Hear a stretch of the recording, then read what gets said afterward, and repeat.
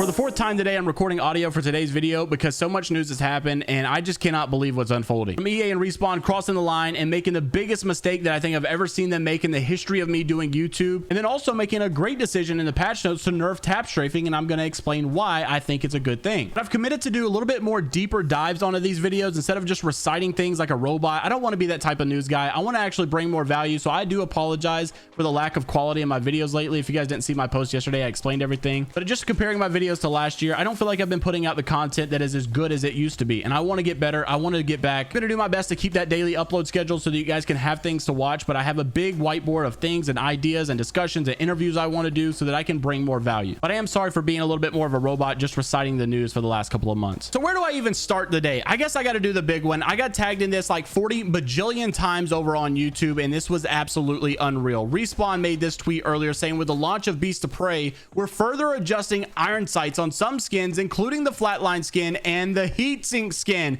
Read more, learn, blah, blah, blah, down below. Who the heck cares? Because it's a stupid explanation. I've already read all of it for you. You don't have to worry about it. But basically what they said, competitive integrity is our biggest requirement, blah, blah, blah. It's the biggest thing we want to do. We don't want to make sure there's pay to win skins. That's not a good thing. Our motive for the flatline skins, iron sight being so bad to begin with, is so that you'll go pick up some, optics to use, blah, blah, blah. And we realize that now, the flatline skin for season 4 heatsink is just way too good. It's pay to win. We don't want things to be that way. So we're changing the skins iron sights. And I'm going to tell you why I think this is a big mistake, and also why they crossed the line, and then also a better option that they could have taken. I don't feel like I don't want to just be over here and complaining and dogging Respawn and EA. I want to explain why I think they really made a mistake here. So first off, they show the skin that what it used to look like, and this is the iron sight right here. You guys can see this big gap under. That's what made it so great. People can see what they're doing. There's more visibility that's going on. That's why people have always praised this skin, because they're trying to reduce the visual clutter. Well, now they've changed it to where they've blocked that line of sight off, so now you cannot see your opponent as much whenever you're shooting. Basically, this is to bring them up to par, or actually down the par of what the old other iron sights have been for the other flatline skins. You can also see some other skins here of some adjustment that they've decided to make. Basically, what I'm trying to say is that this is a terrible move, and the reason is for their last explanation that they said right here at the bottom. They said, we believe that any competitive edge in Apex Legends should be gained by honoring your skills and not due to any perceived advantages from buying gun skins. That's not a bad idea. I actually like that. However, you did not have to nerf the best skin. You could have buffed the worst skins. Why would you go and remove something that people paid for rather than doing epic skins and the regular skins that people did not pay for, or that they most likely got from a pack anyways? Why not rework those skins that people didn't even pay for or grind the battle pass for, and that way you can actually make people happier by there being less visual clutter, and now people love to use the flatline more because it's a better gun in the game, because you fixed the problematic iron sights. But instead you nerf what's the best gun in the game, or the best skin in the game. And the thing I have to say about it is the people love the iron sights on that season 4 flatline skin because it allows them to rely on themselves more. They don't have to worry about visual clutter. They can actually track opponents based off of their skill and their own ability. You're over here in the bottom comment talking about we want players to be better based off their skills, not having an advantageous gun. Well, then just make the other skins better, because this gun skin is actually promoting better gameplay. It's promoting better health because they're being able to rely on their own skills rather than the visual obstruction of the other gun skins that are not as good. My big problem here is people paid for the skin, people love this skin, and now it's being nerfed a little bit, or they're changing it and making it worse for the sake of the other gun skins not being as good and that people don't have that, blah, blah, blah.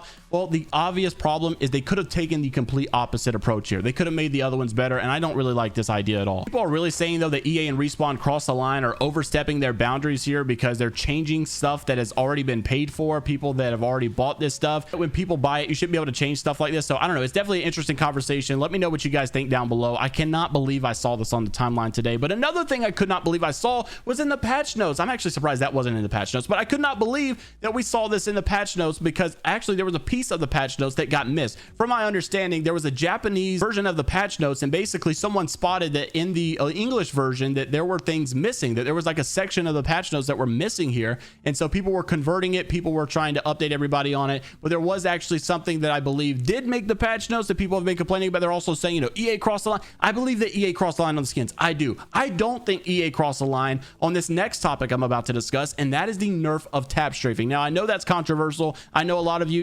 probably watch me tap strafe every now and then on the keyboard and mouse. Ironically, I'm playing on the Xbox on this gameplay because I suck at it and I'm trying to get better. I'm also trying to be a little bit less biased when I talk about controller and console versus PC and mouse and keyboard. Anyways, what I'm trying to say here is, as a guy who plays mouse and keyboard primarily, there's a little bit of forbidden fruit that is being done here, things that are going on that I feel like should not be happening. So this was from the official patch notes saying Stormfront map, which is the Stormpoint map. I don't know why they named it that, maybe a little bit of a typo, whatever. They said remove the ability to tap strafe on gravity cannons. The reason I think this is a good idea is because every single escape route that is in Apex Legends, you have to use an ability for that someone, if they have the right skill set, can track you down with. Wraith Portal, they can take it too. You know, Ash Portal, they can take it too. Octane Jump Pad, they can take it too. Pathfinder Zipline, they can take it too. And if they have good enough abilities to track you down, then obviously they should have the fair, you know, point to not have you get a get out of jail free card because you push too far up. That's why I believe Pathfinder is so underrated, is because you cannot track down his grapple unless you are specifically a Pathfinder yourself, or obviously if you have an ability that can catch up to him very quickly, like maybe a jump pad. The thing about these escape routes though is that every single one of them that are ability based can be tracked down and used by the opponent as well.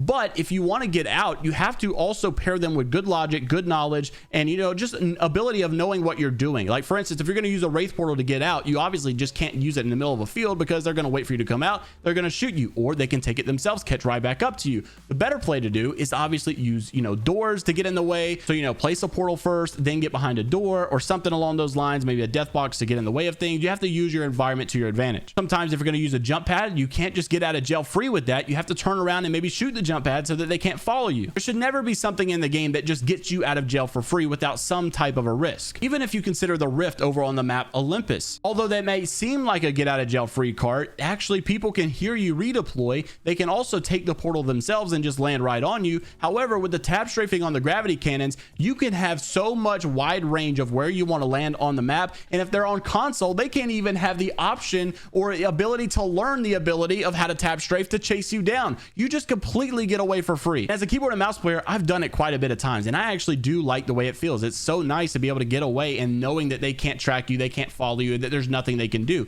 Most players on keyboard and mouse don't even know how to tap strafe whenever they do it, so you get away from them as well. And then most people on controller on PC don't know how to tap strafe either. So for the most part, you're just completely getting out of dodge. And as nice as it is, you can't argue the fact that it's not completely fair. But don't get me wrong, I feel like Respawn should have definitely taken the opposite approach on this as well. Instead of removing it for those players, we should obviously be approaching the state of giving tap strafe to all players. I'm not sure if it's possible to be able to do this and like actually bring the original tap strafe to console, but I do know that Respawn can change the way the game mechanics work. You could eliminate tap strafe altogether, bring a new mechanic that is, you know, emulating tap strafe, but that may be too much to ask for. Also, some other patch notes here that did get missed and lost. I want to read those to you guys really quickly because there are a couple things that people were talking about and that they did like and things that they didn't like. So this is the group of things that I think was missed from the Japanese version that someone came over. Apex Legends status said some additional patch notes for the next update. RE45 and Devotion back on the ground. P2020 and Havoc have been added to the crafter. Spawn rates have been reduced for laser sights and barrel spawn rates. I cannot believe that because I feel like I've been having a hard time finding laser sights.